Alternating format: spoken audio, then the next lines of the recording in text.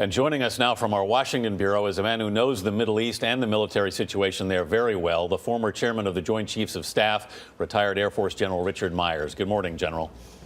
Hey, good morning, Anthony and Rebecca. General, as you just heard Alan Pizzi say, if anything, things there seem to be escalating. It's so far we've been limited to airstrikes, but clearly the Israelis are preparing for a ground war. General, what are the implications if it reaches that? Well, I think we're at a stage with what's going on right now between Israel and Gaza that where diplomacy could get behind. And if diplomacy gets behind, then I think escalation is the natural outcome. So it's good to hear that the president's involved. It's good to hear that Egypt wants to play the role of mediator here. But we'll see how that plays out over the days, because it's a lot hotter, as our correspondent said, there in Gaza. It's a lot hotter when you're on the ground there. And a lot more technologically sophisticated at this point than the last time we saw things escalating. Hamas has rockets that are now landing right outside of Tel Aviv and Jerusalem. What would Israel have to do to stop those rockets? And does that mean an escalation to a ground offensive?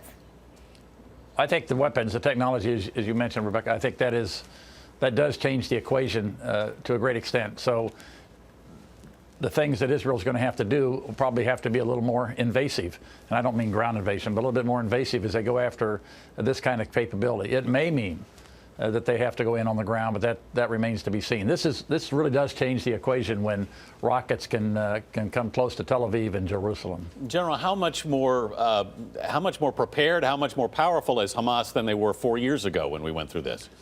Well, they seem to have really rearmed well. You know, they were beat down pretty bad in 2009, but because of what's happened in Libya and some of the arms they had that have migrated now to Gaza from Iran, they seem to be much better prepared. And I think their access through the Sinai and so forth has increased since the Egyptians have elected a new president. I think there's not as much security there as there once was. And how does that changing geopolitical backdrop, the neighboring countries, you mentioned Egypt, change things for Israel this go round? Might these other countries surrounding Israel join in the offensive?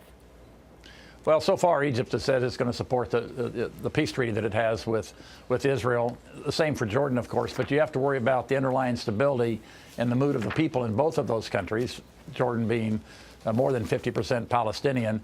And, of course, you got Syria and Lebanon on the northern and on the eastern borders that are in turmoil right now, not to mention the rest of the Middle East all the way up to Bahrain. This is probably one of the most dangerous times we've ever faced in the Middle East. All right, General Richard Myers, a very delicate situation. Thank you so much for being with us this morning.